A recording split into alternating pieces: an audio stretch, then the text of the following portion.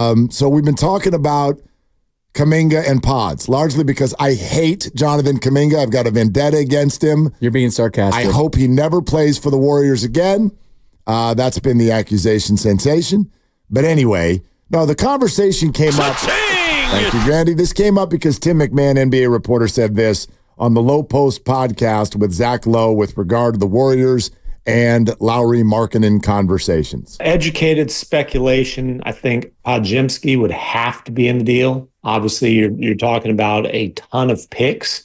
I don't know how much the Jazz would press on Kuminga. I do think, like, if Podziemski's not in the deal, there wouldn't be a deal. So I think an interesting question to ask is why? Why would the Jazz be more interested in Pods than JK?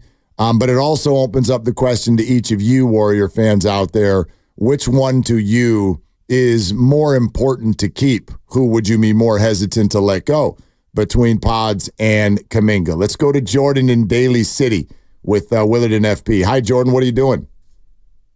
Hey, I'm actually driving home, but this is actually on another topic. I want to see if I could get into that bet where Kuminga being an all-star. You know, even though I also agree that he's progressed every season, there's just way too much star power in the West for him to even be thought about as an all-star. You have Wemby, you have Zion, you have Jalen Williams even with OKC. I think even Lauri has a better chance at being an all-star. That's just my point. Love the show, and yeah. I hope I could get on that bet. You're in, dude. $100. You and I. There it is. Don't do Jordan like that. He doesn't have your number. He doesn't know where to find you in February. Why do you think I just bet him $100? Think I'm dumb? That was interesting that he got to Jalen Williams of OKC. Like, let's just play this. The forwards and centers in the West that you apparently believe JK is going to jump into the All-Star game this year. Yeah. I mean, there's Jokic. There's Karl Anthony Towns. Overrated.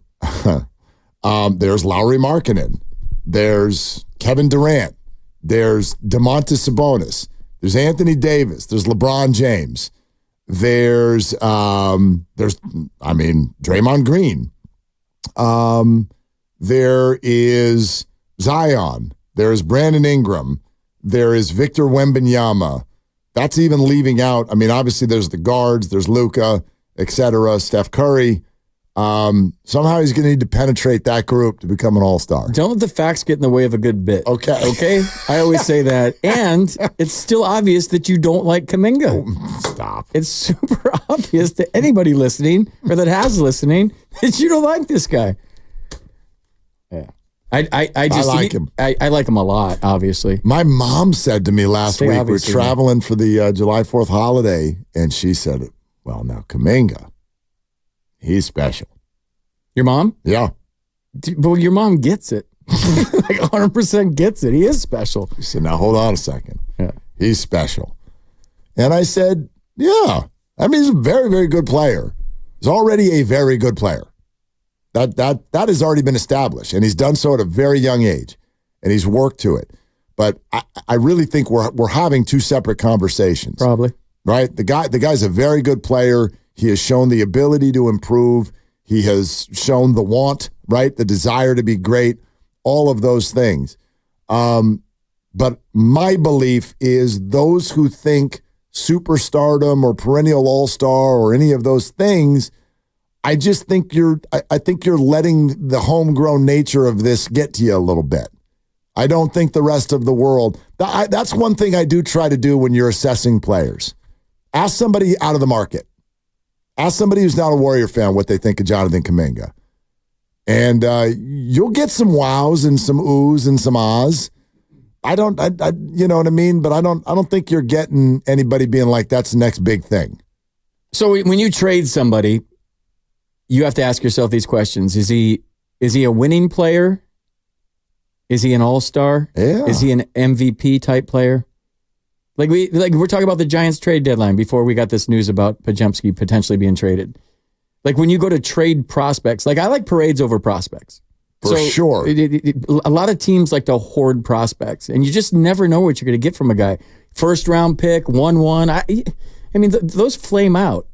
So if I'm within striking distance, or I'm a team like the Warriors who are in a tough division and are trying to, I don't know, get Steph number 5 because his window is closing, apparently.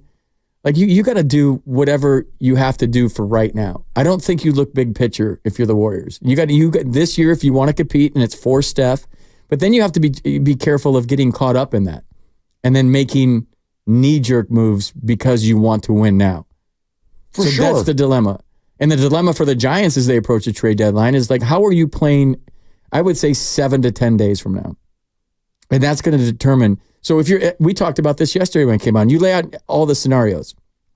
If you're Farhan right now, you're laying out all the scenarios to how are we playing.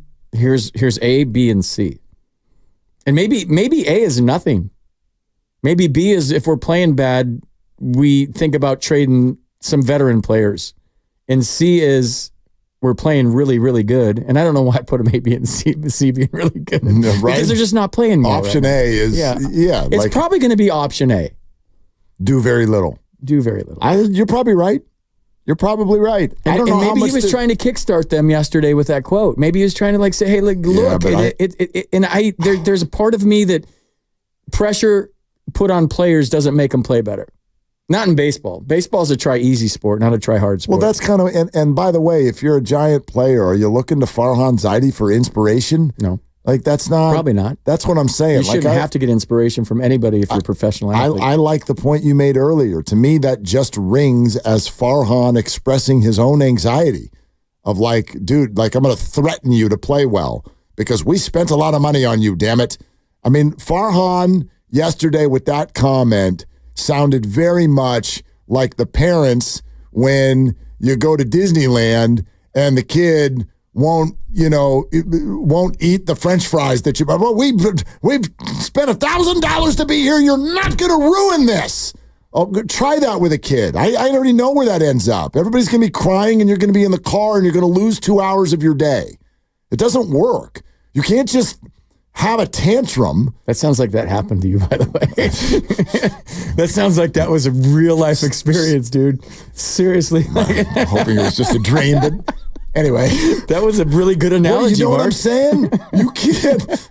Thank you. It was great. It was a great day. Anyway, we used to get in for free. I worked for Disney. It was fine. But anyway, like you can't have a tantrum and just make it okay.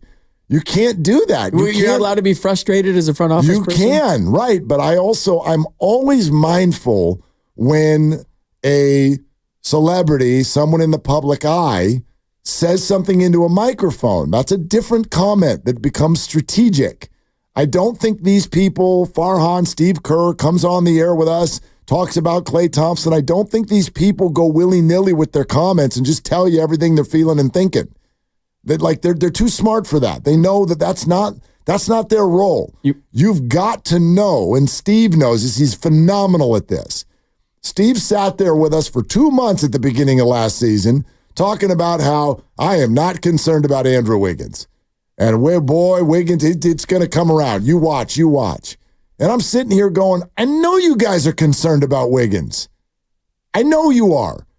But why is he going to say it this way? Because he's literally taking that phone call to our show and realizing that those comments will get directly to Andrew Wiggins. And he's got to back his guys. When Bob Melvin got frustrated a few weeks ago in Arizona, why? Why did he start barking in the NBC Sports Bay Area postgame show? Because he wanted his players to hear what he was saying. And I'm sure they heard even more before he got to the interview. Yeah.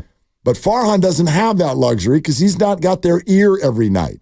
So he's going to take his little weekly press situations and realize that message gets to his team. So yesterday, I took it that way. Like, okay, we'll see what we do. Well, whatever we do at the deadline, well, that's up to you. But you're right. You guys going to start behaving? You're going to eat your vegetables? Eat your fries or we're going home?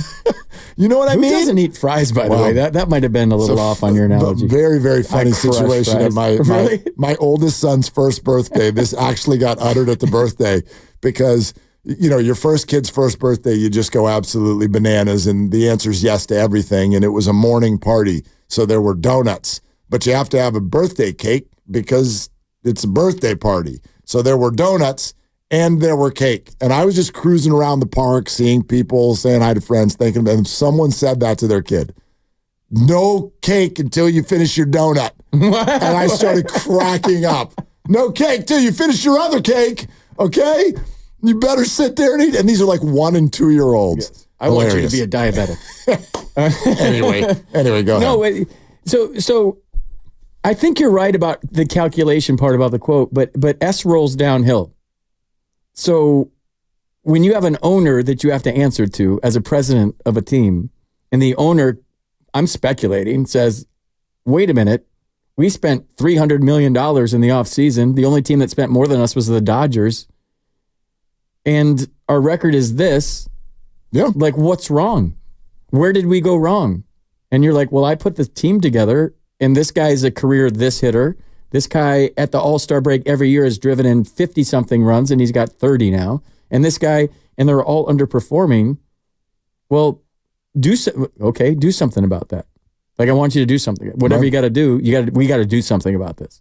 And then he's frustrated, you're frustrated, the manager's frustrated, the coaches are frustrated, and the players are frustrated right now. Yeah, I mean, because they're however many games under 500, and they're not even within sniffing distance of the Dodgers or the wild card, really, at this point. Listen, behind closed doors, I got very little issue with it. But to do it out in public suggests to me that that's a boss saying we've got all kinds of problems and you can go look at the employees, and that's why. And the boss might have been the owner of the team. Yeah. And that's how that whole thing starts, in my opinion. I get it. That I get. Let's go to Charles in Redwood City next up here with Willard and FP. Hey, Charles, what's cooking? What's up, Willard? What's up, FP? What's up, man? Yeah, I just wanted to call it. I'm doing good. Happy weekend. Happy Friday. I just called to say, hey, with the situation with Podziemski and Kuminga, the way I look at it is, if you're willing to trade Kuminga, then you need to be willing to trade Podziemski. Because whether you like the player better or not, you could come up with all these stats about Podziemski and all these stats about Kuminga. They're the same age.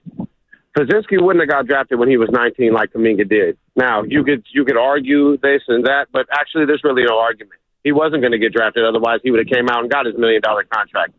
So the point I'm making is that two different players, one with the college route because that's what he had to do to develop. One is a young player from a whole other country who's been developing in America. Now, I don't understand where people would be like, well, I would be not willing to trade Podziemski because the argument of is Jonathan Kuminga going to be an all-star? Well, is Podziemski going to be an all-star? We can start going down the list. Kyrie Irving, Shai Gilgeous-Alexander, Steph Curry, Jamal Murray. We could do the same routine that you just did for Jonathan Kuminga. So the point is that if you want Markkanen, if you want to do it, and you're not willing to trade Podziemski, then you need to not trade Markkanen for Kuminga neither of them. If you think that he's not that good, that you're not willing to give up this young player, who both are 21 years old, then he's not worth it anyway, and you need to explore different options. Well, I actually, Charles, I agree with you. I agree with you. I think there's actually, like, we sort of put it out there as 2 options, and maybe it's 4 options. Charles, we got a boogie, but thanks. You know what I mean? Like, instead of saying, would you trade Pods or would you trade Kuminga? Well, we could also add, would you trade neither or would you trade either? And I would probably say yes to both. But then you just start to get to there's 2 questions of which one would you rather part with? And then my question is actually, why? Why do the Jazz want Pods, but they don't care about Kuminga? And what does that tell you? I think you're going too deep and reading too much into it. Maybe. It's about what you need as a franchise. It's your need. Yeah, but it's an asset. And at this point, they're just financial fit. It's a need fit. Just because you don't always trade for the best player, you trade for the player that fits your personnel and what you need. So the Jazz obviously and your need cap. Podziemski Yes, and your cap. And he fits with them better than Kuminga. It doesn't mean that Podziemski's a better player because one team wants him. That doesn't mean anything. No, but it's like, I think it's too simplistic to just ask who's better. They play totally different position. They come from a totally different background, totally different situation. They do different things on the court. So Jonathan Kuminga right now is the better asset, I think. But Brandin Podziemski may project to affect winning